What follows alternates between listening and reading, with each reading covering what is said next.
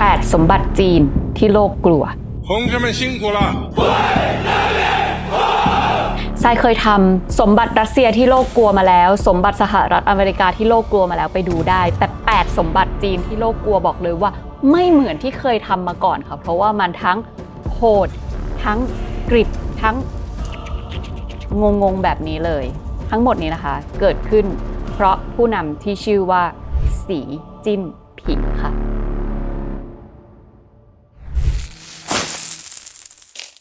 สนับสนุนข้อมูล8สมบัติจีนที่โลกกลัวกันได้ที่ QR Code นี้ค่ะหรือว่าสนับสนุนช่องทราย Money Monster กันง่ายมากๆเลยนะคะกดไลค์กดแชร์กดคอมเมนต์มาคุยเล่นกันและที่สำคัญใครยังไม่ได้กด Subscribe กดเอาไว้ให้หน่อยได้ไหมเผื่อคราวหน้าลงคลิปเราจะได้เจอกันง่ายอย่าลืมทรายมีช่องใหม่ด้วยนะคะเพื่อความสนุกสนานหลังจากที่เราดูสงครามกันไปแล้วทราย Happy Monster ฝากด้วยนะขอบคุณค่ะสมบัติจีนที่โลกกลัวอย่างที่1คือกองทัพจีนค่ะเพราะถ้านับกันตามจำนวนทหารประจำการนะคะจีนมีจำนวนทหารทั้งหมด 2,35,000 นายค่ะซึ่งเป็นจำนวนทหารที่เยอะที่สุดในโลกส่วนสหรัฐอเมริกาถ้าเกิดว่าวัดกันตามจำนวนทหารประจำการนะคะสหรัฐอเมริกานับเป็นอันดับ3รองจากอินเดียค่ะเพราะว่าสหรัฐอเมริกาเนี่ยมีจำนวนทหารประจำการอยู่ทั้งหมด 1,326,050 นายค่ะแต่มันต้องวัดกันด้วยอย่างอื่นด้วยแค่จำนวนทหารก็คืออาจจะไม่ใช่ทั้งหมดเนาะส่วนความยิ่งใหญ่อลังการของกองทัพจีนนะคะเราเพิ่งได้เห็นกันในการเดินขบวนสวนสนามทางการทหารของจีนที่เทียนอันเหมินค่ะซึ่งครั้งนี้นะคะมันคือการแสดงแสนยานุภาพของกองทัพจีนบนเวทีโลกค่ะไม่ว่าจะเป็นเรื่องของเทคโนโลยีขีปนาวุธพิสัยไกลจะเป็นหุ่นยนต์หรือว่าโดรนที่ใช้ในการรบส่วนอาวุธสงครามที่ทรงอานุภาพที่สุดของจีนตอนนี้นะคะก็คือขีปนาวุธพิสัยไกล ICBM ค่ะรุ่น DF-41 ระยะยิงอยู่ที่ 12,000 ถึง 15,000 กิโลเมตรแปลว่าสามารถยิงไปได้ทุกที่ทั่วโลกเลยนะคะรวมถึงสามารถยิงถึงสหรัฐอเมริกาด้วยซึ่งหัวรบนี้นะคะมันเป็นรูปแบบการบรรทุกหัวรบแบบ multi independently targetable reentry vehicle ค่ะก็คือมันคือบรรทุกทีเดียวหลายหัวรบคือสามารถบรรทุกได้แบบ 8-10 หัวรบเวลายิงมันก็จะแบบ multi target ไงคือแบบยิงขึ้นไปแบบฟีดกระจาย8หัวแบบนี้ส่วนถ้าเกิดว่าเอาแบบตื่นตาตื่นใจหน่อยของจีนนะคะก็จะเป็นอากาศยานล่องหนค่ะชื่อว่า Stealth Fighter เป็นรุ่นสำคัญนะคะเฉิงตู J-20 เป็นรุ่นที่เทียบเท่า F-22 ของสหรัฐอเมริกาได้เลยค่ะเป้าหมายคือเอาไว้คุมพื้นที่ทางอากาศนะคะเอาไว้สอดแนมเชิงลึกแล้วก็ปฏิบัติการตัดกำลังศัตรูแบบนี้เลยซึ่งทั้งหมดนี้นะคะอาจจะมีหลายคนบอกว่าก็ไม่ได้เท่าไหร่เปล่าเพราะหลายคนคงคิดนะคะว่าด้วยเทคโนโลยีแล้วก็แบบแสนยานุภาพศักยภาพของความไฮเทคของอาวุธสงครามจีนยังไงก็สู้อเมริกาไม่ได้ซึ่งมันก็มีความเป็นไปได้ว่าจะสู้ไม่ได้จริงๆนั่นแหละแต่ใดๆคือมีคนหนึ่งหงุดหงิดที่เห็นงานนี้นั่นก็คือประธานาธิบดีโดนัลด์ทรัมป์ค่ะเพราะว่าหลังจากที่โดนัลด์ทรัมป์เนี่ยเห็นพิธีนี้ที่เทียนอันเหมินของจีนถัดไปอีกแค่2วันประกาศเปลี่ยนชื่อกระทรวงเลยจากกระทรวงกลาโหมเป็นกระทรวงสงครามพร้อมบอกเลยนะว่าพิธีสวยงามมากแต่ผมหมายถึงโดนัลด์ทรัมป์รู้นะว่าแบบจะทำอะไรกันน่ะซึ่งแบบเอาจริงความสัมพันธ์ของเราดีนะเดี๋ยวอาทิตย์หน้าคุยกันหน่อยว่าจะเอายังไงฟังเสียงไหมคลิปที่เราก็มีแต่ฟังอีกที Beautiful ceremony. I thought it was very, very impressive. But I understood the reason they were doing it, and they were hoping I was watching, and I was watching. My relationship with all of them is very good. We're going to find out how good it is over the next week or two. ส่วนสมบัติชิ้นที่2ของจีนที่โลกกลัวและแม้กระทั่งจีนเองก็ต้องกลัวด้วยนะคะก็คือประธานาธิบดีที่ชื่อว่าสีจิ้นผิงคนนี้ค่ะในพิธีนี้นะคะประธานาธิบดีสีจิ้นผิงประกาศกล้าวบนเวทีเลยว่าจีนไม่กลัวความรุนแรงใดๆทั้งสิ้นนะคะพร้อมกับเคยมีเป้าหมายมาแล้วด้วยว่าจีนเนี่ยจะปรับปรุงกองทัพเอาให้มันล้ำเอาให้มันทันสมัยเอาให้มันกลายเป็นกำลังรบที่จะสามารถชนะสงครามให้ได้ซึ่งประธานาธิบดีสีจิ้นผิงนะคะเข้ามาดำรงตำแหน่งผู้นำพรรคคอมมิวนิสต์จีนตั้งแต่ปี 2012 ค่ะอยู่มาจนถึงวันนี้ก็คือ3 สมัยแล้วนะคะถ้าถามว่าสีจิ้นผิงให้ความสำคัญกับการข่มกองทัพ จีนขนาดไหนเราไปดูได้เลยว่างบประมาณที่สีจิ้นผิงอัดเข้ามาในกลาโหมเนี่ยมันมากขนาดไหนเพราะตั้งแต่ที่ประธานาธิบดีสีจิ้นผิงเข้ามารับตำแหน่งปี 2012 นะคะงบประมาณกลาโหมจีนปี 2012 อยู่ที่ 158,200 ล้านดอลลาร์สหรัฐมาจนถึงปี 2024 ค่ะขึ้นมาเป็น 317,600 ล้านดอลลาร์สหรัฐมันคือเท่าตัวนะและแน่นอนว่าจำนวนเงินที่อัดเข้าไปในงบประมาณการทหารแบบเท่าตัวไม่ใช่ทั้งหมดของความน่ากลัวของสีจิ้นผิงค่ะแต่มันคือวิธีการบริหารการรวบรัดตัดตอนและรวบอำนาจไว้ในผู้ชายคนเดียวนี่แหละค่ะในสมัยที่ 3 ที่สีจิ้นผิงดำรงตำแหน่งมีนายพลทั้งหมด15 คนจาก79 คนหายแบบกริบเลยซึ่ง15 คนที่หายไปเนี่ยสีจิ้นผิงเป็นคนแต่งตั้งขึ้นมาเองนะในสมัยของเขาเองด้วยซึ่งคนจีนเรียกสิ่งนี้ว่าการกวาดล้างบุคลากรทางทหารที่ยิ่งใหญ่ที่สุดในจีนนับตั้งแต่ยุควุ่นวายของเหมาเจ๋อตุงสิ้นสุดลงไปเมื่อปี 1976 ส่วนถามว่าอะไรคือเหตุผลที่ทำให้สีจิ้นผิงเนี่ยมีอำนาจขนาดนี้เหตุผลตอบเรียบง่ายมากคืออำนาจทางการทหารค่ะเพราะว่าในฐานะผู้นำเนี่ยสีจิ้นผิงไม่ได้เป็นแค่ประธานาธิบดีค่ะแต่มีตำแหน่งทางการทหารด้วยก็คือเป็นผู้บัญชาการทหารสูงสุดของกองทัพปลดปล่อยประชาชนตำรวจติดอาวุธประชาชนและกองกำลังอาสาสมัครหรือที่เรียกว่า PLA และสีจิ้นผิงก็คือเป็นคนที่มีอำนาจในการสั่งปล่อยอาวุธนิวเคลียร์ของจีนด้วยและอีกหนึ่งตำแหน่งที่สำคัญนะคะที่สีจิ้นผิงเป็นก็คือตำแหน่งเลขาธิการใหญ่พรรคคอมมิวนิสต์จีนค่ะที่ทำให้สีจิ้นผิงเนี่ยมีอำนาจทหารแบบเต็มที่กำคนเดียวเลยซึ่งตรงนี้มันเกิดจากโครงสร้างในเรื่องของกองทัพของทหารของจีนไม่เหมือนประเทศอื่นค่ะปกติแล้วถ้าเป็นประเทศอื่นเนี่ยกองทัพก็คือจะถูกควบคุมดูแลโดยรัฐบาลของประเทศนั้นใช่ไหมคะแต่ที่ประเทศจีนกองทัพควบคุมโดยพรรคการเมืองซึ่งก็คือพรรคคอมมิวนิสต์จีนนั่นแหละซึ่งนอกจากกองทัพทั้งหมดขีปนาวุธทั้งหมดอาวุธทั้งหมดจะอยู่ภายใต้การบังคับบัญชาของคณะกรรมาธิการทหารกลางหรือ CMC ซึ่งก็คือถูกควบคุมโดยคณะกรรมการกลางซึ่งคณะกรรมการกลางคือคณะที่มีอำนาจสูงสุดในพรรคคอมมิวนิสต์จีนวนไปวนมาก็คือคนเดียวเลยที่ถืออำนาจและคณะกรรมาธิการกลางที่หมายถึงตำแหน่งสูงสุดในพรรคคอมมิวนิสต์จีนเนี่ยนะไม่ได้มีหน้าที่แค่บังคับบัญชากองทัพแต่เป็นนักการเมืองในสภาด้วยและใช่สีจิ้นผิงเป็นประธานาธิบดีไงอำนาจเสร็จสับทั้งหมด One Stop Service จบในคนเดียวทั้งทหารและการเมือง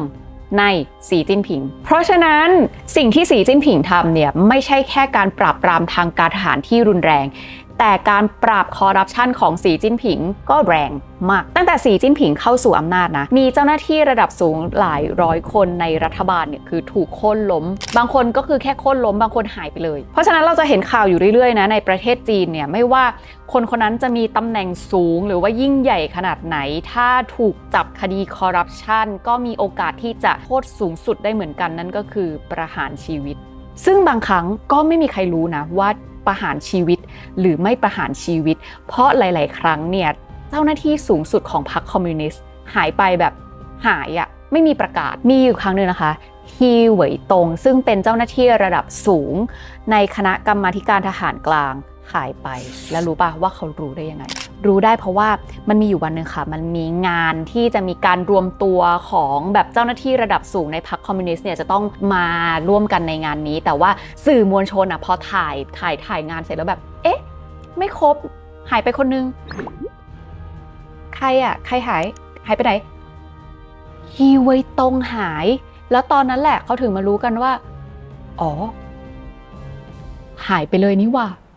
แค่นั้นเลยกลับมาที่สมบัติจีนที่โลกกลัวชิ้นที่3กันนะคะก็คือฉายาของประเทศจีนที่ได้รับการขนานนามว่า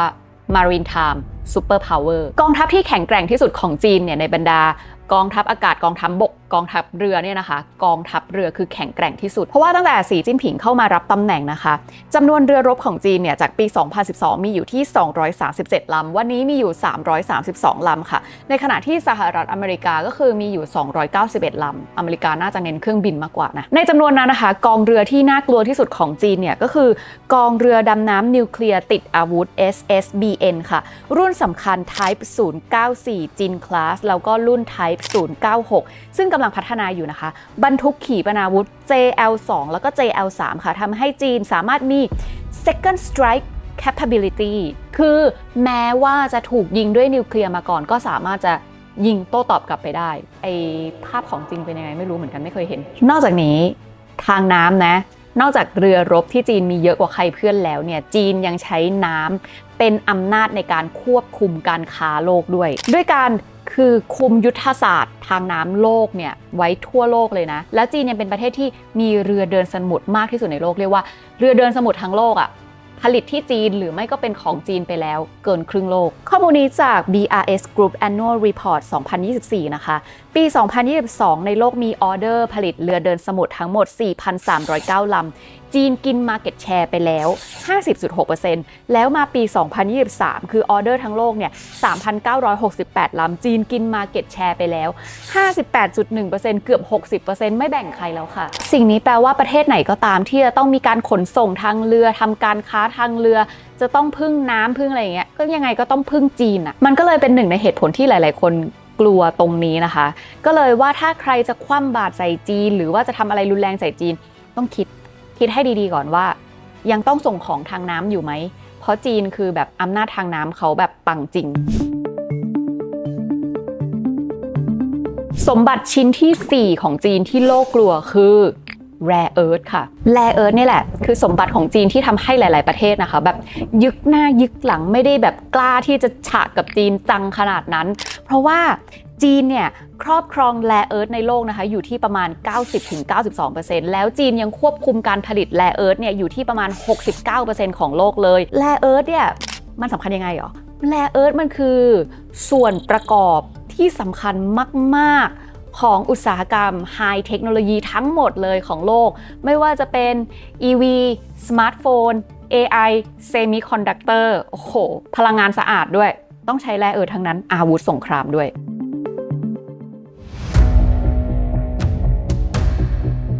สมบัติของจีนชิ้นที่ 5 ที่โลกกลัวก็คือความเป็นพันธมิตรของจีนกับรัสเซียและเกาหลีเหนือค่ะซึ่งล่าสุดนะคะในพิธีการเดินสวนสนามที่จัตุรัสเทียนอันเหมินเนี่ยก็จัดการ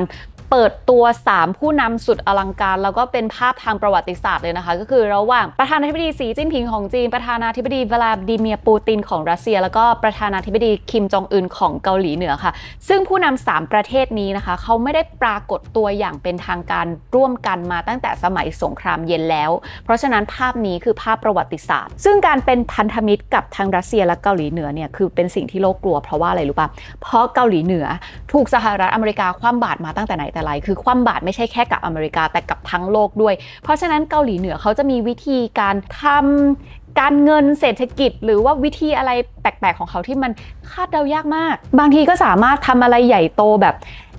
แฮกธนาคารแฮกคริปโตไปได้เลยแล้วก็ดูเหมือนจะไม่ได้มีใครทำอะไรเขาได้ด้วยนะถ้าใครอยากจะดูว่าเกาหลีเหนือทำอะไรได้บ้างไซเคยทำคลิปไว้ในการเงินเกาหลีเหนือลองไปดูส่วนความเป็นพันธมิตรระหว่างจีนกับรัสเซียก็เป็นเรื่องที่ชาติอื่นกลัวเหมือนกันเพราะว่าคู่นี้พอมาอยู่ด้วยกันแล้วเหมือนแบบพาร์ทเนอร์ลงล็อกส่งเสริมกันและกันแต่คนอื่นแบบพังไปหมดเลย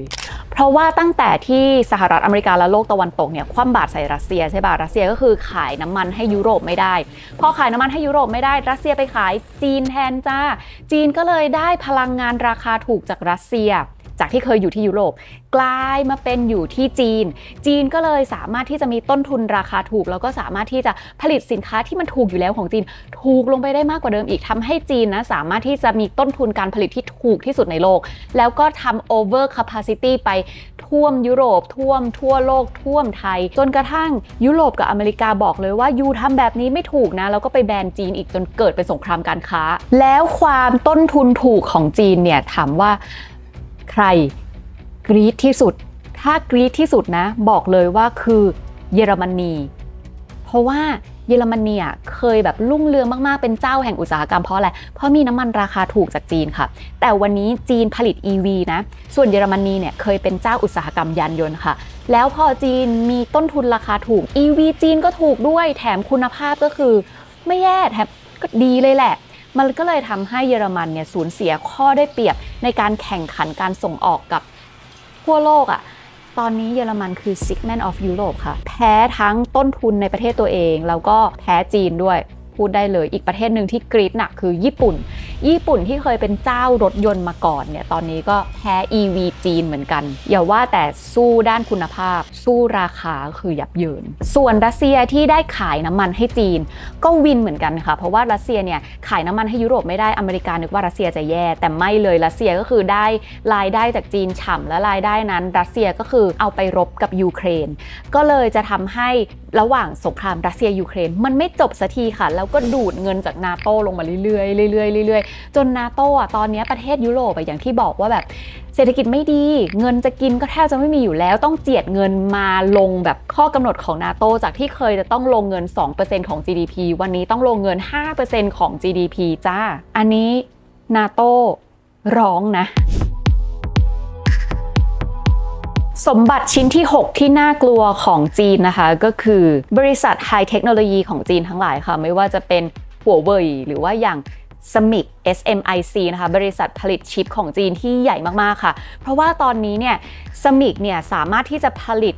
เซมิคอนดักเตอร์ขนาด7นาโนเมตรแล้วก็เปิดตัวกับหัวเว่ยได้ใช่ไหมคะซึ่งไอ้7นาโนเมตรของจีนเนี่ยมันห่างจากสหรัฐอเมริกาอยู่แค่ไม่กี่ปีเองนะคะสหรัฐอเมริกามีเทคโนโลยีในการผลิตชิปเนี่ยอยู่ที่3นาโนเมตรแล้วก็5นาโนเมตรค่ะซึ่งจีนมาได้ขนาดนี้นะคะเขาก็ยอมรับเลยนะคะว่าจีนพัฒนาเทคโนโลยีมาได้ขนาดนี้เพราะการเรียนรู้หรือจะเรียกว่าลอกเรียนเทคโนโลยีของสหรัฐอเมริกามาก็ได้แล้วถ้าเกิดว่าจีนสามารถที่จะ